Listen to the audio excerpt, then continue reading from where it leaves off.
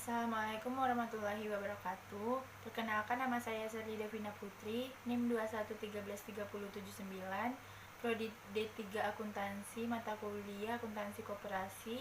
Baiklah, saya akan mempresentasikan materi aktivitas dan akuntansi koperasi.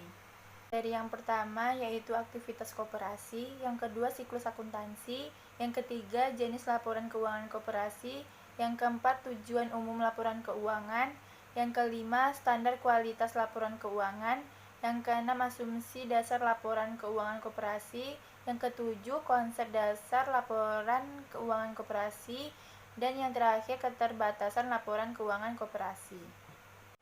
Yang pertama yaitu aktivitas koperasi.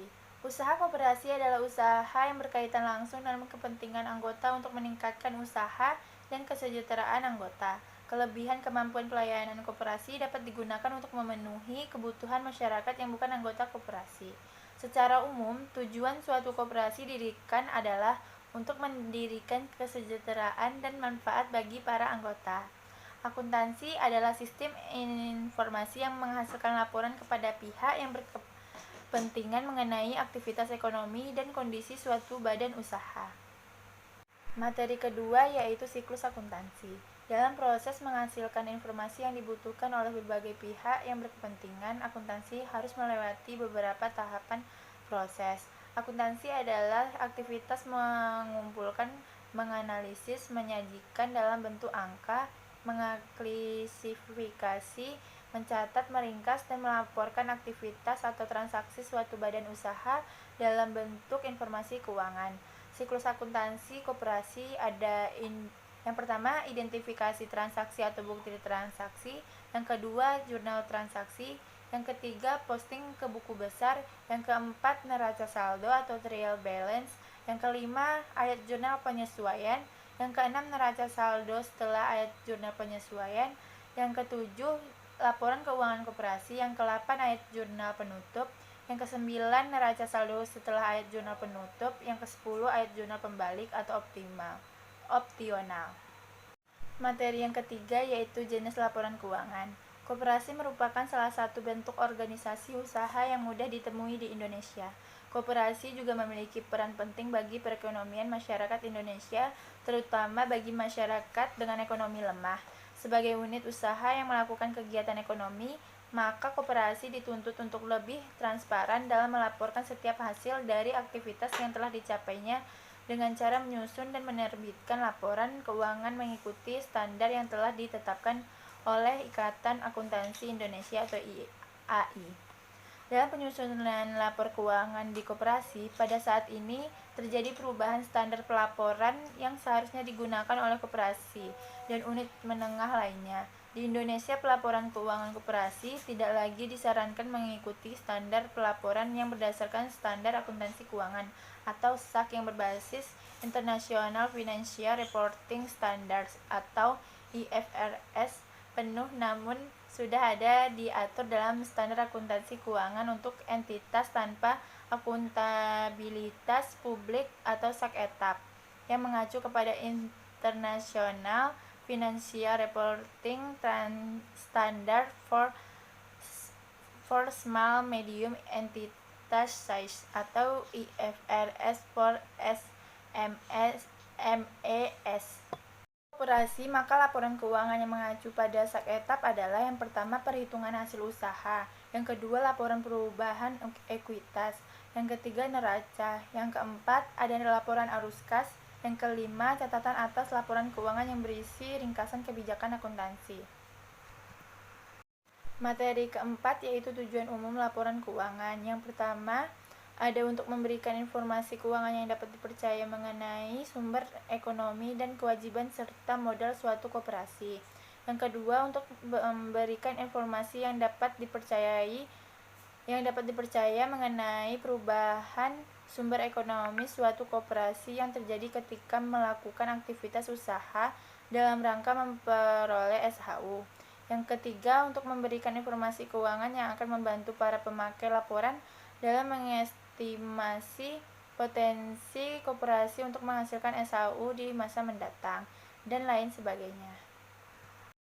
Materi kelima yaitu standar kualitas laporan keuangan.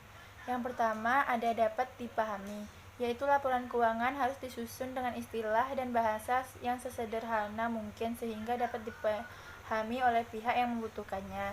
Yang kedua, relevan, yaitu setiap jenis laporan keuangan yang dihasilkan oleh koperasi harus sesuai dengan maksud penggunaannya sehingga dapat bermanfaat. Yang ketiga, materialitas, yaitu informasi dipandang material jika kelalaian untuk mencantumkan atau kesalahan dalam mencatat informasi tersebut.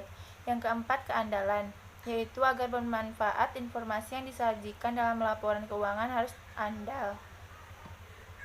Yang kelima yaitu substansi mengguli bentuk, yaitu transaksi, peristiwa, dan kondisi lain dicatat dan disajikan sesuai dengan substansi dan realitas ekonomi dan bukan hanya bentuk hukumnya. Yang keenam, pertimbangan sehat, ketidakpastian yang tidak dapat diabaikan meliputi berbagai peristiwa dan keadaan yang dipahami berdasarkan pengungkapan sifat dan penjelasan peristiwa dan keadaan tersebut dengan melalui penggunaan pertimbangan sehat dalam menyusun laporan keuangan.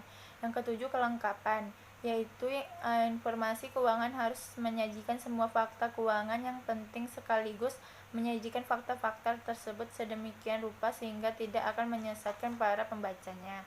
Yang kedelapan, dapat dibandingkan, yaitu pengguna harus dapat membandingkan laporan keuangan entitas antar periode untuk mengidentifikasi kecenderungan posisi dan kinerja keuangan.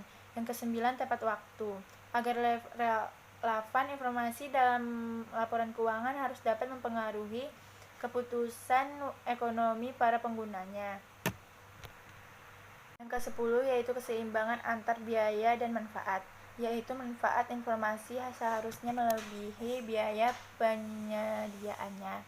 Namun demikian, evaluasi biaya dan manfaatnya merupakan proses pertimbangan yang substansial. Materi berikutnya yaitu asumsi dasar laporan keuangan. Yang pertama, ada kesatuan usaha khusus atau economic entity. Yang kedua, kontinuitas usaha atau going concern. Yang ketiga, ada penggunaan unit moneter atau monetar unit. Yang keempat, periode waktu atau time period. Materi berikutnya yaitu konsep dasar laporan keuangan. Yang pertama, ada prinsip biaya histori atau historical cost. Yang kedua, prinsip pengakuan pendapatan atau revenue recognition. Yang ketiga, ada prinsip penandingan atau matching principle. Yang keempat, ada prinsip konsistensi atau konsistensi. Yang kelima, ada prinsip pengungkapan penuh atau full disclosure. Materi berikutnya yaitu keterbatasan laporan keuangan. Ada dua, yaitu yang pertama, materialistis. Dalam proses penyusunan informasi keuangan koperasi, diharapkan semua jenis transaksi dana akan dicatat semua prinsip dasar akuntansi. Yang kedua, konservatif. Jika akuntan menghadapi lebih dari satu alternatif, maka sikap konservatif cenderung memilih alternatif yang tidak akan membuat pendapatan dan aset terlalu besar. Sekian, itulah hasil presentasi saya pada materi aktivitas dan akuntansi koperasi. Jika ada kata-kata yang salah, saya mohon maaf. Assalamualaikum warahmatullahi wabarakatuh.